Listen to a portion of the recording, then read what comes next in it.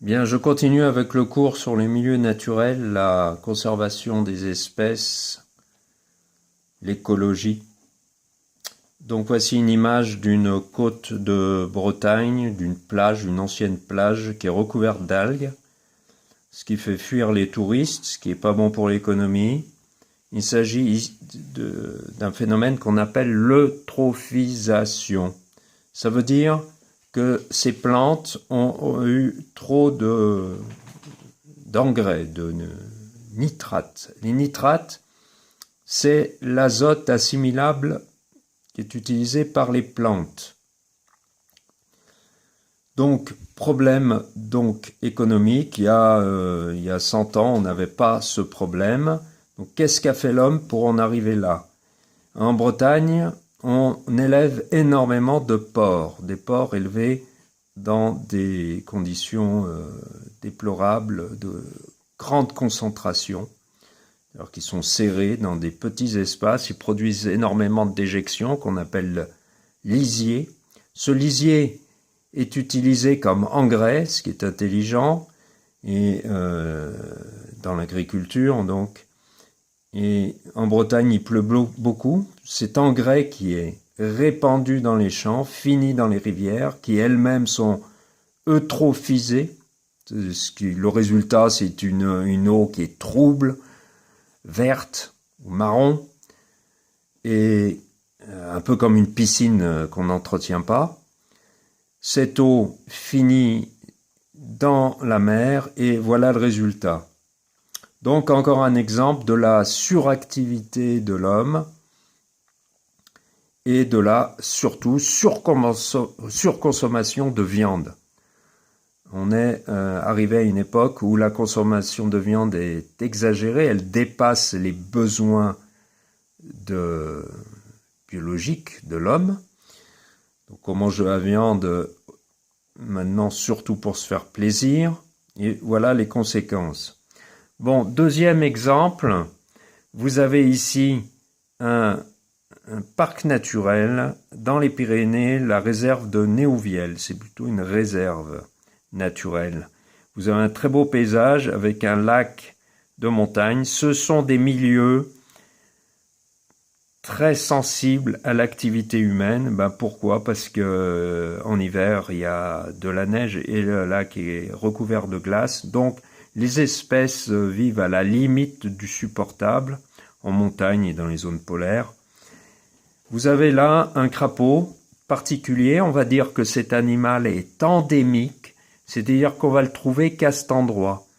Il a la particularité de s'occuper des œufs, le mâle en tout cas, s'occupe des œufs, fait donc attention à sa progéniture. On observe ce genre de comportement partout où les conditions de vie sont difficiles. Et le mâle s'investit beaucoup dans la procréation après la ponte.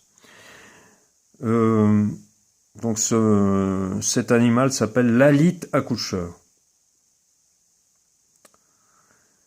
Donc milieu naturel à protéger, parce que c'est le patrimoine naturel de la France.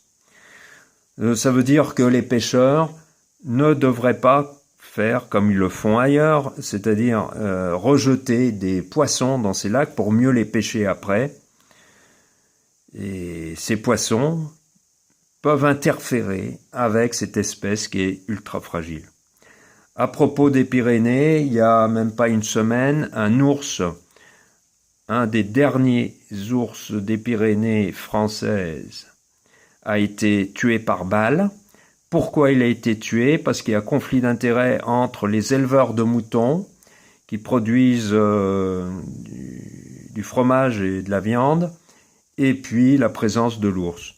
Donc, une catastrophe. En Espagne, il y a un peu plus d'ours quand même. Nous, ce sont nos derniers ours. Alors, quelques mots sur la protection de l'ours. Il existe un fromage qui est produit par des producteurs qui essayent de faire du mouton avec l'ours, c'est-à-dire en tolérant l'ours, ce qui demande plus de travail. Il faut surveiller un peu plus les moutons, il faut les rentrer le soir ou je ne sais quoi, des choses qui font que ce fromage est plus cher que les autres. Il s'appelle Pedescheo. On le reconnaît parce qu'il a une patte d'ours imprimée sur le fromage. Il y a d'autres producteurs qui produisent du fromage, mais voilà, ce sont ces producteurs qui font un fromage un peu moins cher, qui sont contre la persistance de l'ours dans les Pyrénées. Alors cet ours, il est là depuis des milliers d'années, des milliers et des milliers d'années, et voilà que l'homme ne peut plus le tolérer. En tout cas, moi, il est clair qu'entre du fromage et l'ours, j'ai choisi l'ours, ou j'ai choisi le fromage qui est produit par des producteurs qui font l'effort de cohabiter avec l'ours. Alors pensez bien aux générations futures, à votre futur et à la protection du milieu naturel qui est partout menacé par la suractivité de l'être humain. À bientôt.